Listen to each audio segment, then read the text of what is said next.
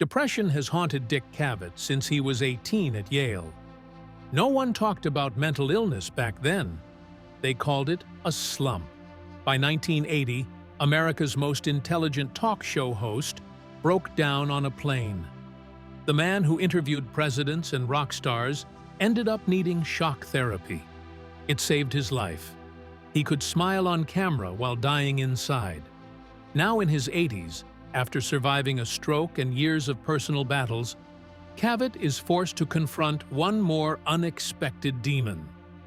Dick Cavett was born in a small town in Nebraska, surrounded by books, teachers, and the quiet rhythm of school life.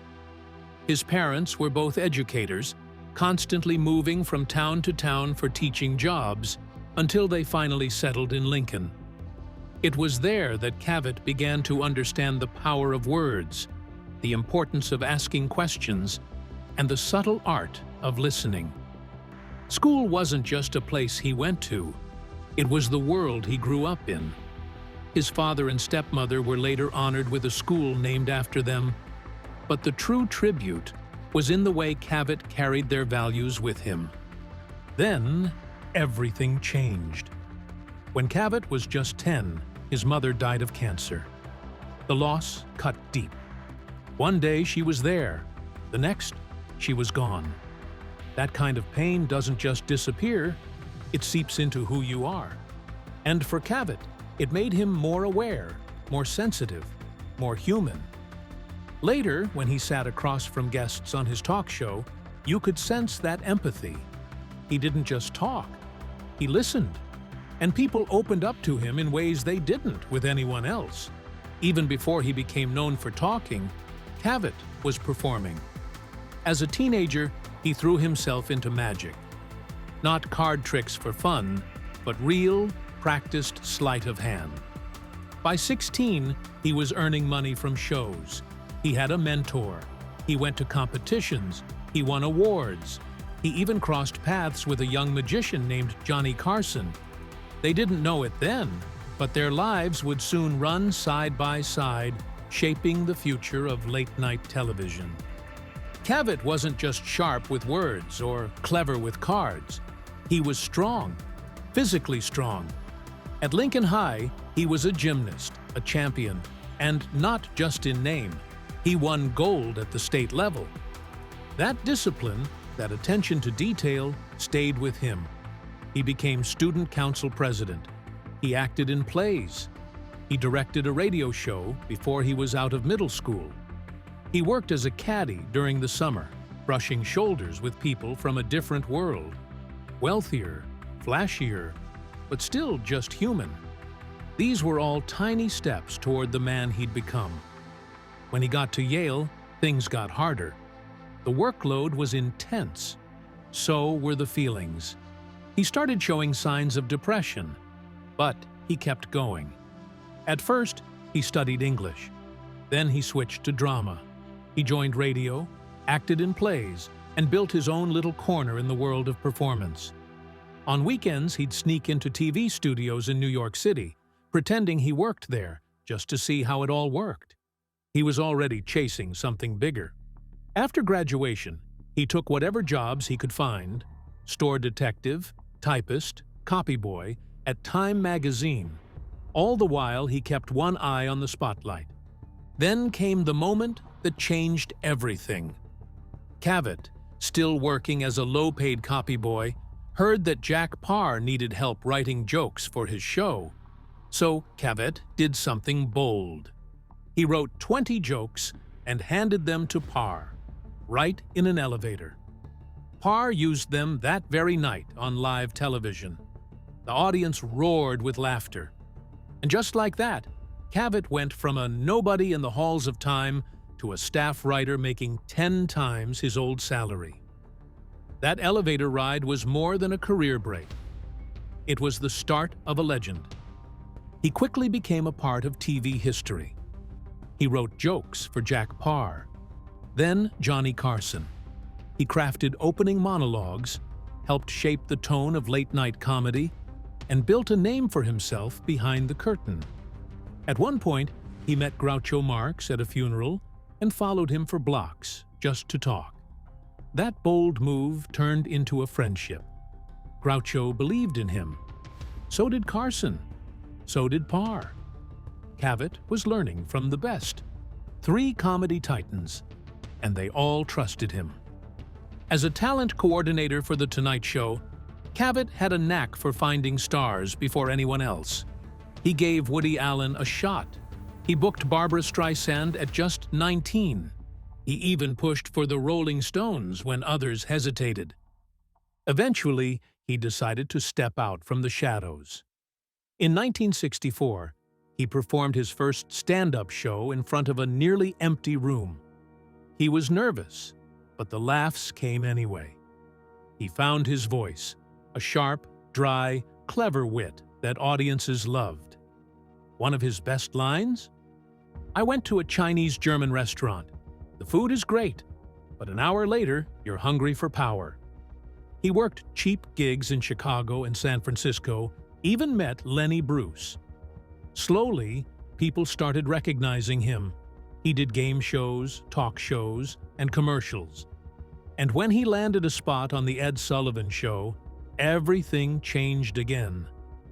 Dick Cavett didn't look like someone who would shake up late-night TV. He wasn't flashy, loud, or even particularly famous when he first stepped in front of the camera. On March 4, 1968, he launched a morning talk show on ABC with Buckminster Fuller as his very first guest. Cavett had spent years behind the scenes, writing jokes for people like Johnny Carson and earning a steady paycheck. But now, he was the one facing the lights. The morning slot didn't fit. His sharp, thoughtful tone just didn't match the cheerful, fast-paced vibe viewers wanted with their breakfast. ABC noticed, and rather than letting him fade out quietly, they made a surprising move. By the end of 1969, ABC put Cavett head-to-head with Carson in the late-night war. It was bold, it was risky, and it worked. Cavett, the smart, quiet kid from Nebraska with a Yale degree, suddenly had his own platform, and he made the most of it. He didn't chase laughs or play it safe. He brought on guests who made you think. While Carson leaned into humor, Cavett leaned into depth. That's what set him apart.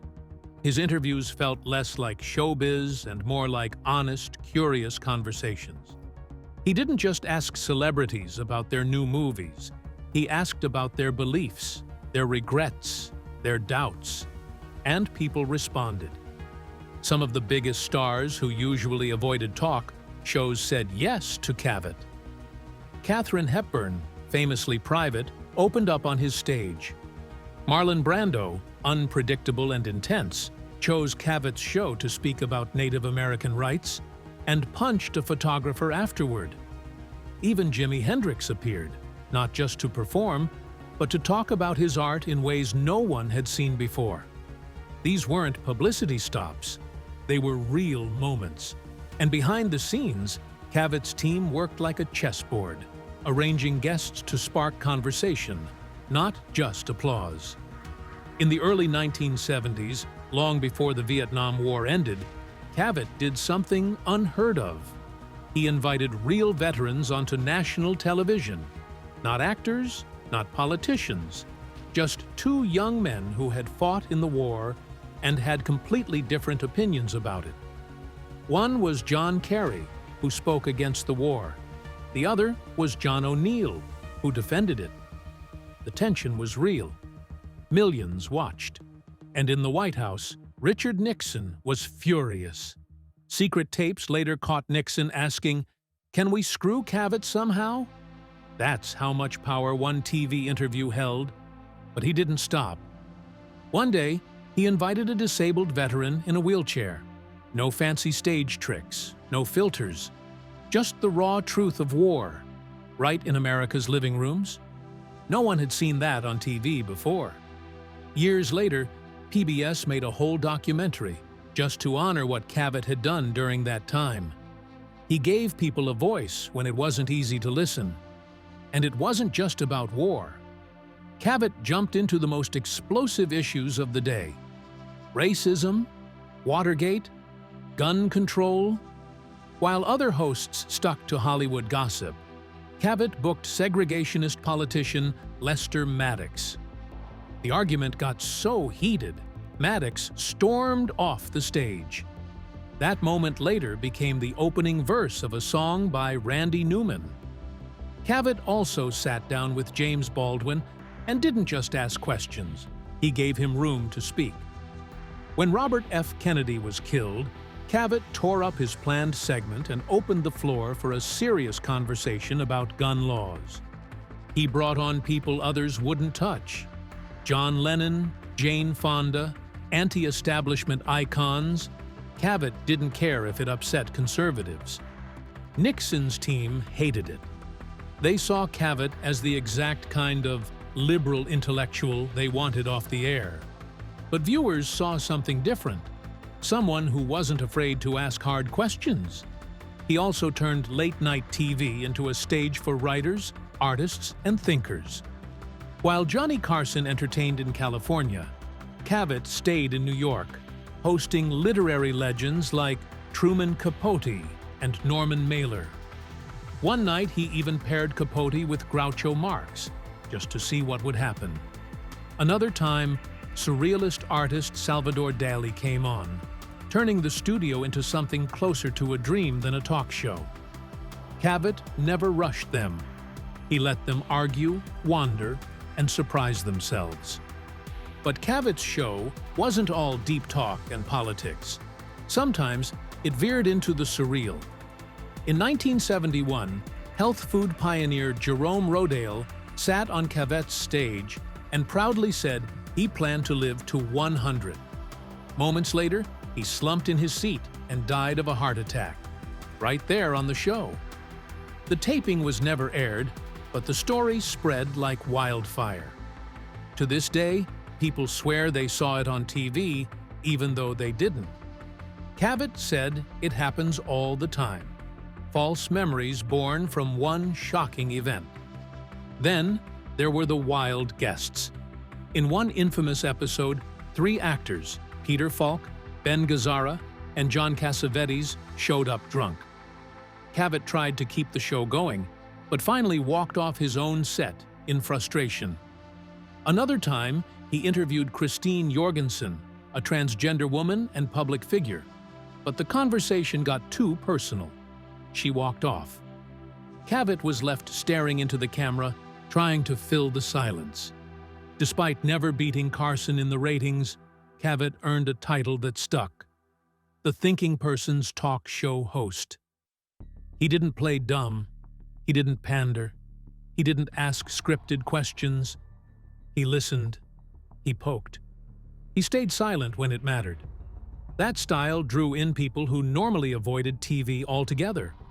Actors like Katharine Hepburn, Marlon Brando, and Laurence Olivier. Brando, known for avoiding interviews, called Cavett the best. Not because Cavett made it easy, but because he made it worth it. When ABC pulled the plug on the Dick Cavett Show in 1974, it wasn't because Cavett lacked talent.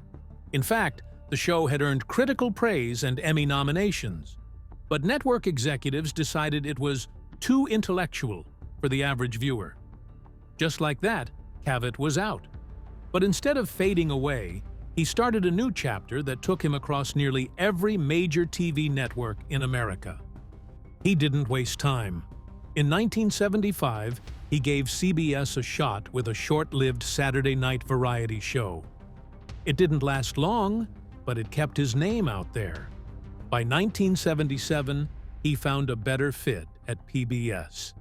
That's where things clicked again. Without the pressure of commercial sponsors, Cavett was free to dive deep into cultural and political conversations. He stayed there for 5 years, asking smarter questions than most hosts dared to. When that run ended, he kept moving. In 1985, he jumped to the USA Network. Then, surprisingly, he went back to ABC for a brief late-night return. His longest stay came at CNBC, From 1989 to 1996, he hosted thoughtful interviews that stood out in a world of tabloid TV.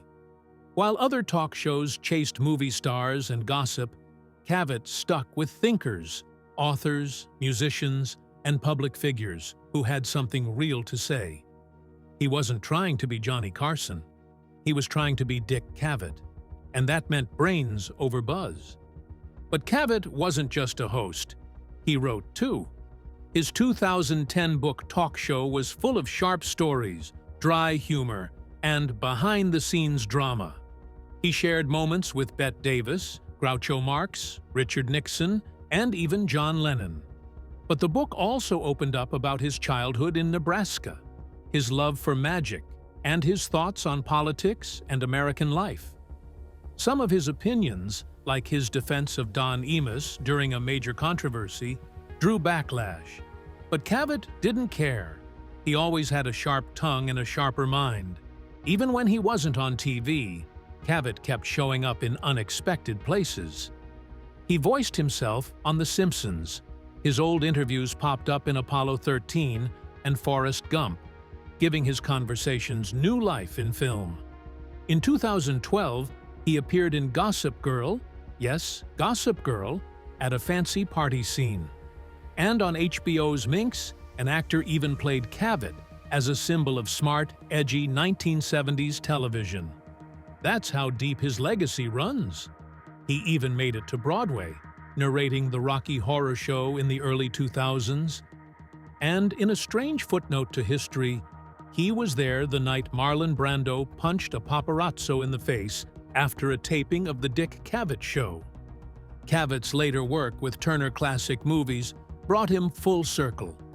From 2006 to 2007, he reintroduced his famous interviews to a new generation. On TCM, he showed his conversations with legends like Groucho Marx and Katharine Hepburn, giving context to each one. This wasn't just nostalgia, it was education. And in 2014, PBS aired Dick Cavett's Watergate, showing how his show became a serious stage for political discussion. Nixon himself hated it. In a now famous White House tape, he even asked if there was a way to screw Cavett. That moment proved Cavett's reach went far beyond talk shows. He had power, even if he never flaunted it. Cavett also found a new voice in print. His New York Times blog, later published in a book called Brief Encounters, turned him into a cultural critic. He wasn't afraid to tackle mental health, politics, or the absurdities of modern life. He wrote about battling depression in a way that was raw and honest, at a time when most people still stayed silent about it. That honesty carried over to his political commentary, where he skewered generals, pundits, and anyone else who rubbed him the wrong way. But even then, his writing had elegance. It was never just rants. It was music, with references to everything from Mort Saul to Leonard Bernstein. Meanwhile, Dick Cavett met Carrie Nye during a drama class at Yale, and from that moment, something just clicked. He was still an undergrad, she was already making a name for herself in theater, and they quickly found themselves spending more and more time together. It wasn't just love. They actually worked together on stage, in plays like Charlie's Aunt and Auntie Mame. The chemistry they shared off stage spilled into their performances. In 1964, they got married in New York City, and from then on, they were inseparable. People in the industry compared them to Mel Brooks and Anne Bancroft, two strong personalities that just made sense together. Dick was the dry wit, Carrie was sharper, bolder, and somehow they balanced each other out perfectly.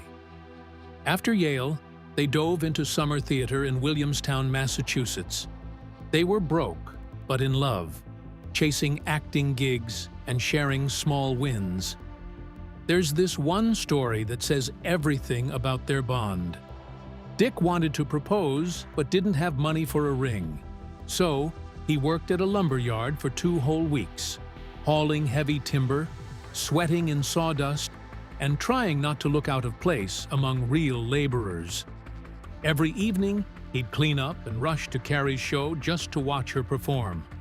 Nobody at the yard could believe that this Yale guy was doing all this just for an engagement ring. But he was.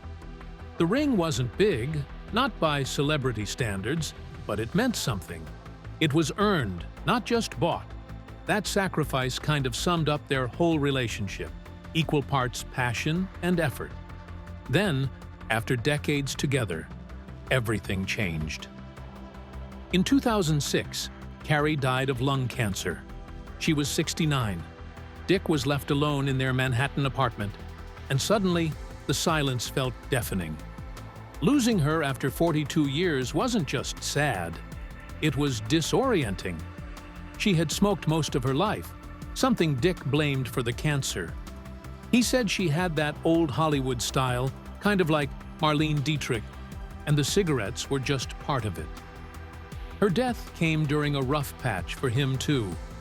He'd already battled depression since his college days. Grief just made it worse. Every small thing, making coffee, sitting in a quiet room, reminded him she was gone.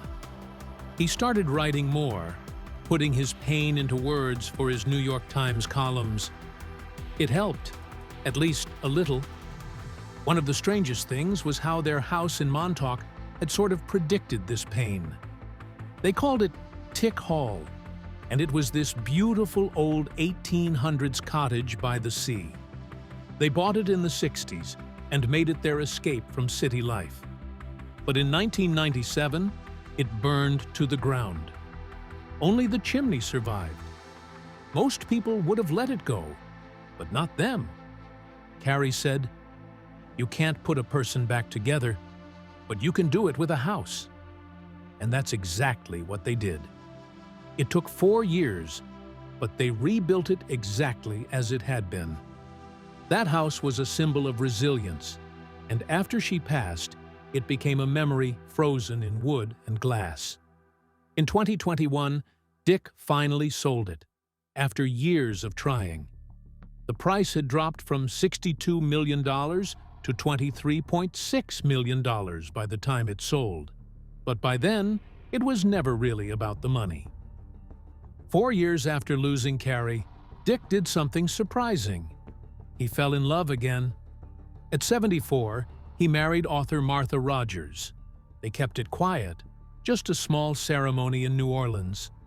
Martha brought 2 kids into the marriage, and for the first time, Dick became a stepfather. They moved to Ridgefield, Connecticut, a quiet place with colonial charm and an artsy vibe. It was far from the ocean, far from Tick Hall, but it was exactly what he needed. Friends say Martha brought joy back into his life. She shared his love for books, ideas, and old houses. Their home, built in 1812, became a new kind of retreat. Different from Montauk, but still full of history. Dick Cavett was just 18 when he left Nebraska for Yale. It was 1954, and he had no idea that the real challenge wasn't the academics. It was something inside him, something dark and silent. Back then, no one used the word depression. It didn't exist in casual conversation. People called it a slump or student letdown, especially among college freshmen. But what Cavett was going through wasn't just homesickness. It stayed with him. It made simple things feel impossible. He later said there were suicides every year at places like Princeton, but somehow Yale escaped that fate. Still, he carried a heaviness no one could see. The strange part was that drugs hadn't flooded campuses yet. He joked that all this was happening before the fun of drugs. That heaviness faded just enough for him to graduate, but it never really left. It would follow him for the rest of his life. By 1975, Cavett wasn't just a college graduate anymore. He was a star. His talk show had made him famous. He was interviewing legends and making people laugh. But off camera, he was falling apart again. He was 39, and the depression had come back stronger. This time, he turned to a doctor named Nathan Klein, a pioneer in treating mental illness with medication. Klein gave him something that worked. It didn't fix everything, but it helped him feel like himself again. For a while, he kept going. He kept working. He kept smiling on TV. But that wasn't the end of it. It was just a pause. The real breakdown was still waiting. It hit in 1980. Cavett was 44 and sitting on a Concorde jet ready for takeoff. Then, out of nowhere, something cracked. He started sweating. He couldn't sit still. People noticed. He had to be taken off the plane. Soon after, he found himself in a hospital bed. Doctors said he needed electroconvulsive therapy, ECT. That word scared people back then. It reminded them of horror movies and cruel treatments. But Cavett took the risk. And something amazing happened. After the treatment, when his wife walked into the room, he looked at her and said, "Look who's back among the living." It was like flipping a switch. He later said, it felt like magic. He didn't hide this part of his story. In fact, he spoke about it often. He wanted people to know ECT saved him. It gave him back his life. Instead of staying quiet, Cavett became a voice for those who couldn't speak. In 1993, he appeared in a video about depression called A Patient's Perspective. He talked about what it really feels like. He told the world that it's okay to get help. On Larry King's show, he spoke openly about his treatments. Millions watched, and people came up to him on the street. One man said, "Mr. Cavett, you saved my father's life." Cavett realized then that sharing his pain might have been the most meaningful thing he ever did. He said celebrity was mostly useless, except when it could help people like that. Even when he was suffering the most, Cavett never stopped working. He once interviewed Laurence Olivier and Joan Plowright while feeling completely empty inside. He wanted to be anywhere but there. He said he was staring at cue cards and had no idea what they meant. He thought everyone could see how broken he was. But years later, Marlon Brando told him to re-watch the interview. Cavett was shocked. He looked fine. No signs of the war going on inside him. Brando explained it, something called automatic pilot. It's what performers rely on when everything else falls apart. Cavett realized how easy it is to hide depression, even from doctors. One psychiatrist, Kay Jamison, once told him she had been flamingly psychotic and still managed to fool her colleagues. That's how dangerous silence can be. But Cavett wasn't just a man in pain. He was a legend on television. He won 3 Emmy Awards and got nominated for many more. People admired his intelligence and charm. His conversations with Mel Brooks, Katharine Hepburn, and Marlon Brando became iconic. He even got Grammy nominations for narrating books. He wasn't just a talk show host. He was one of the last great conversationalists. In recent years, Cavett faced a new challenge. He had a stroke. He's spoken about it openly, calling it a wicked, wicked thing. It slowed him down physically. He now uses a cane or walker, but his mind is still sharp. He hasn't given up. He's even thinking about writing again. He says writing helps him feel better. That hasn't changed. Even in his 80s, Cavett found a new audience. His old interviews started going viral on YouTube. Young people who had never heard of him before now hang on every word. In a surprising move, he even starred in a music video. He became cool all over again. PBS aired documentaries about his work during the Watergate and Vietnam eras. His legacy kept growing. Cavett never forgot Yale. It shaped him. That's where the Depression began. That's where he learned to act. That's where he became the person who would one day sit across from legends and ask the questions no one else dared. Today, he still talks about the pain. He still talks about politics and the cultural divide in America. He speaks with honesty. He speaks with sorrow. And he speaks like a man who has survived things most people can't even name.